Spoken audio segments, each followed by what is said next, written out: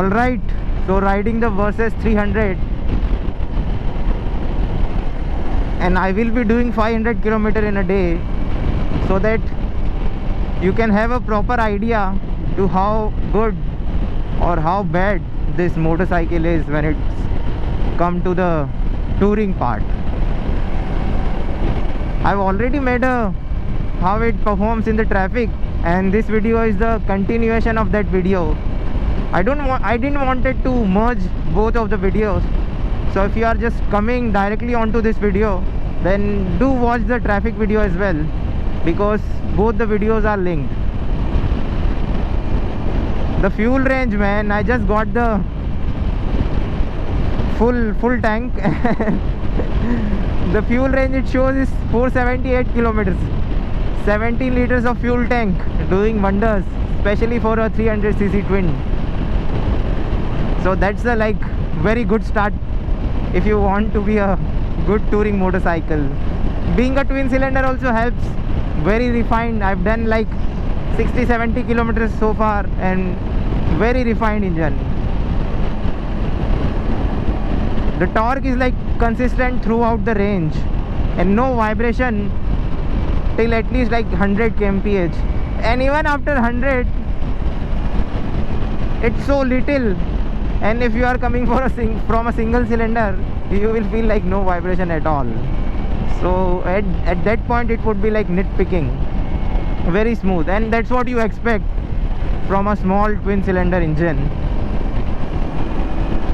especially a Japanese. The red line is 12,000 rpm, and you can go up to like 13,000-14,000. Again, that's the benefit of having a twin cylinder. You can go like very high in the rpms, unlike single. My 390 has a like 10,000 ish rpm of a red light. So yep, that's what you get. Very comfortable seating position, I would say. Very comfortable. If anything, then you know, for my height, which is like 5'11", I would adjust the handle bit closer to my hand, so that I don't have to reach. Again, like I'm not reaching for it, but so that it would be more comfortable and my elbows can like relax a bit.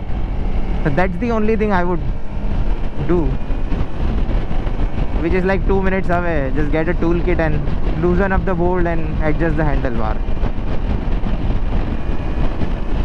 Other than that, very comfy machine though. Again, initial impressions, as long as we ride, I will start to pick the things. Let's see. No vibration. A bit on the handle, but nowhere close to uncomfortable.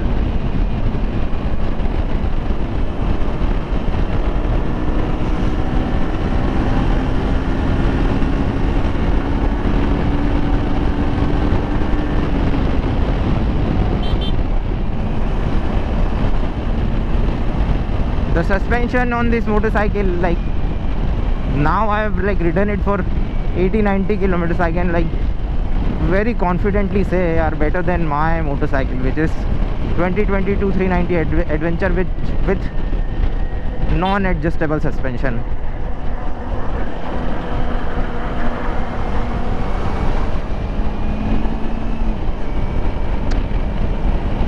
You've got slipper clutch. It's like a no nonsense motorcycle riding through the Kasara Ghat. The rain has made it like very scenic, otherwise it's like dry and barren. But talking about the motorcycle, having a twin cylinder, especially in a Ghat section, is like a godsend, because you don't have to continuously shift gears. Even if you lose momentum, the torque of motorcycle will take care of you not shifting the gears. So that's a very good part about a twin cylinder motorcycle.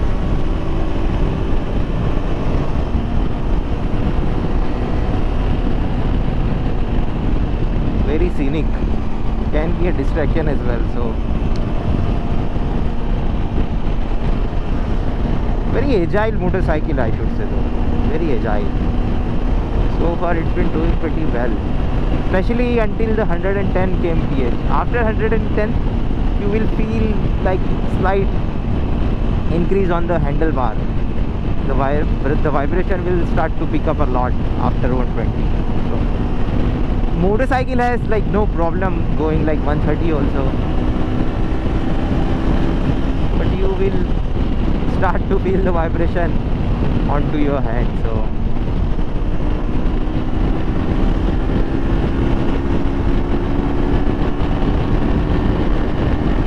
the red line is like 13,000 kilometers, 13,000 RPM. So not that bad actually, not that bad, and very stable as well, despite being a softer suspension as compared to my 390 Adventure.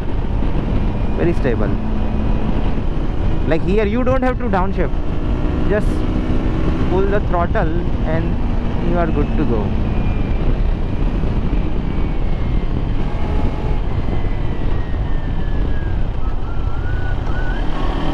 Again, downshifting obviously helps, but not that you have to, just like you have to on the single cylinder. Otherwise it will just start to struggle, but this motorcycle won't. Just keep pulling.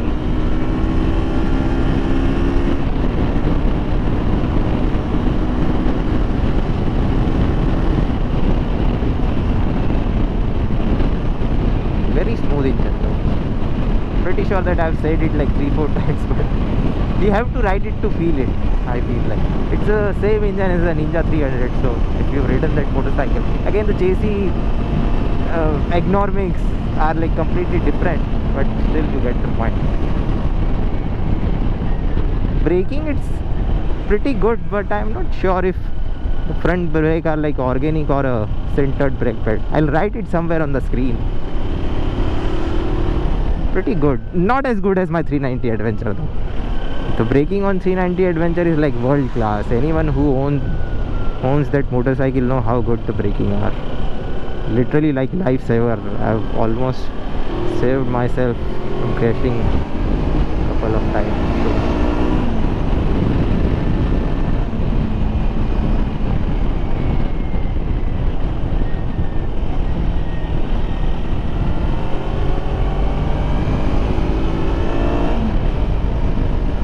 Got all the details here actually. You got time, you got trip meter, you got the fuel range, you got the mileage.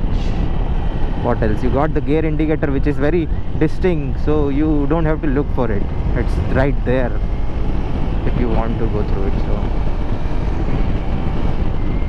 दिख रहा होगा ना आप लोगों को भी.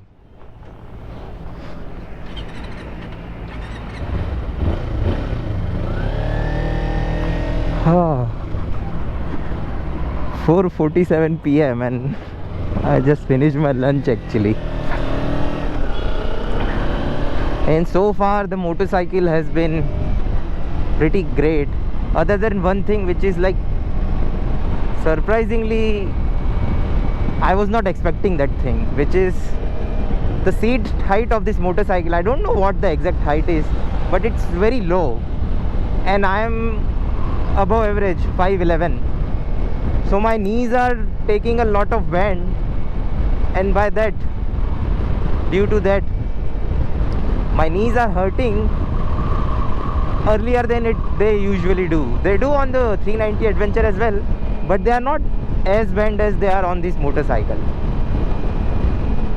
So maybe if you can put, if you are a tall person and trying to get a versus 300, then maybe you can put something to rest your feet. Don't get me wrong, it's not something like very uncomfortable, but like on my 390 Adventure, they don't hurt as much as they're hurting here. So it's a good thing if you are someone who is like shorter than 5'11", maybe like 5'8" or 5'9", this motorcycle would be very perfect. Even like if you are shorter, the windscreen will also protect you even further. So pretty good motorcycle for a person who is average height, and not many people are like 5'11" in India. So if you want to get an adventure motorcycle, do a test ride of this motorcycle.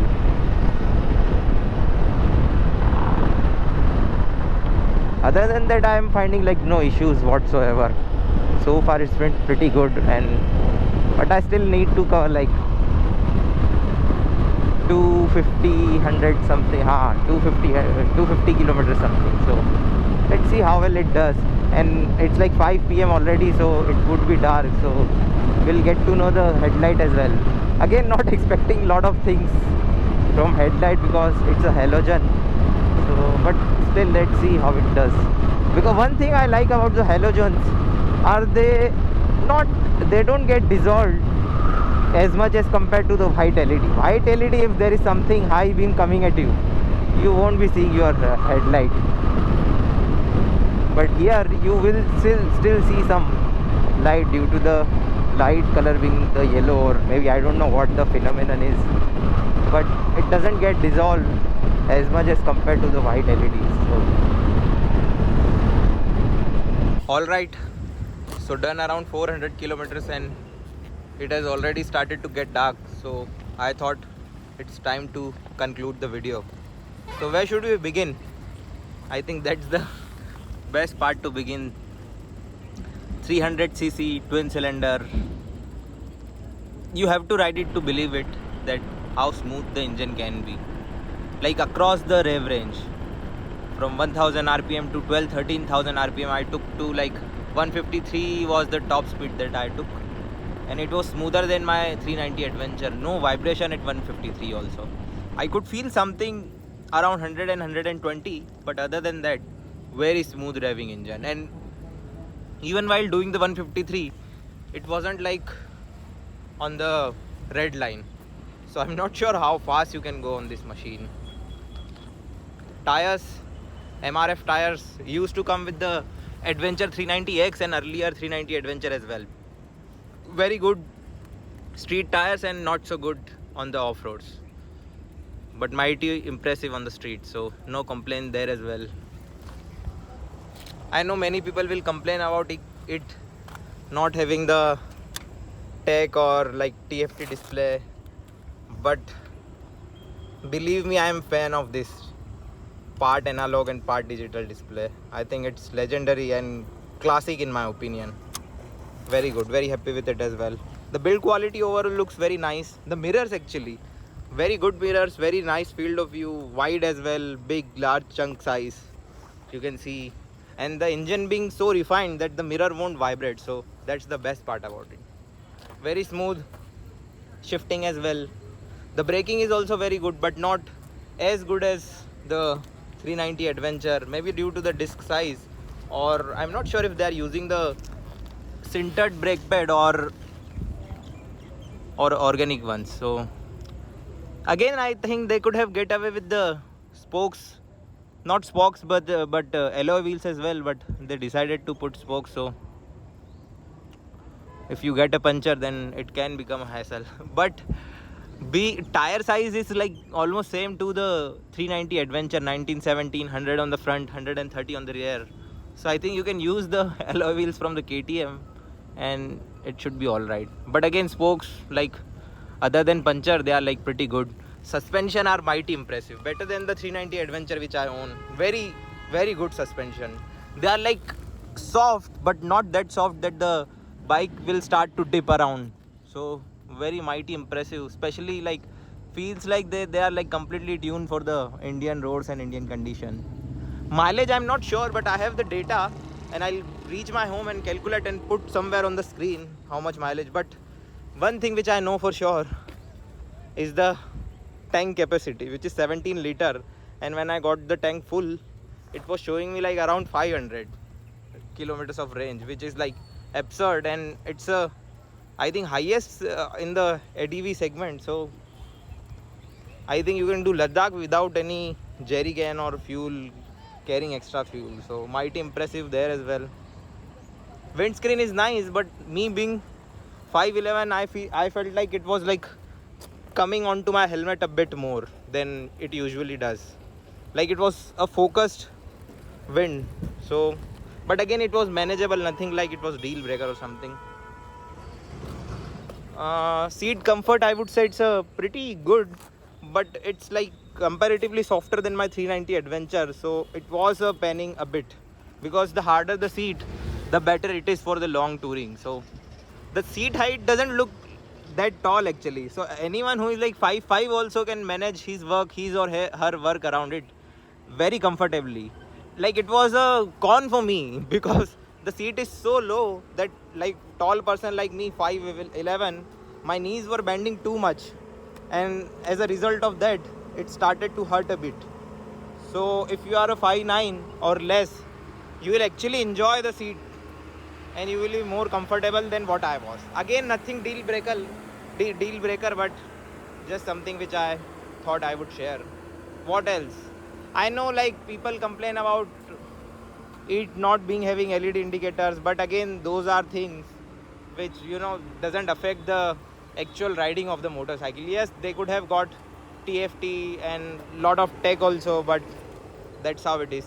It doesn't have a traction control, but I don't feel like you need a traction control, especially motorcycle which are under 40 bhp. Headlight I haven't tried, but I'll put a footage after the end of this video, because now I'll have to use the headlight. But from the looks of it, it looks really bad. Like especially the high beam I've tried, and it doesn't look that promising. Other than that, I really like the color. It really stands out. I'll show you. Look, very classy, very unlike Kawasaki, I would say. Like really liking the color. I thought they would have like got green or something, because that's a legacy Kawasaki color, but this is like very good color, and it's something that you don't see with motorcycle in India. So I think it's a one of a kind motorcycle, and being a Kawasaki, if you like something which stands out from the masses, then this motorcycle might just be for you. And this is completely stock motorcycle, so you get the top rack with it, which looks very chunky, and good decent bar ends. So I think if you crash, this are going to take the impact, because you don't have any crash protection or something. So yep, that's it. I'll be uploading like lot more videos about it, so do let me know if you have any question, and I'll happily answer them in the comment section. So thanks for watching. YouTube channel है? हाँ, start किया है अभी. मैं सोचा इतना घूमते हैं तो थोड़ा वीडियो भी बना दे. कुत्ते जैसा ट्रैफिक भाई, कुत्ते जैसा ट्रैफिक.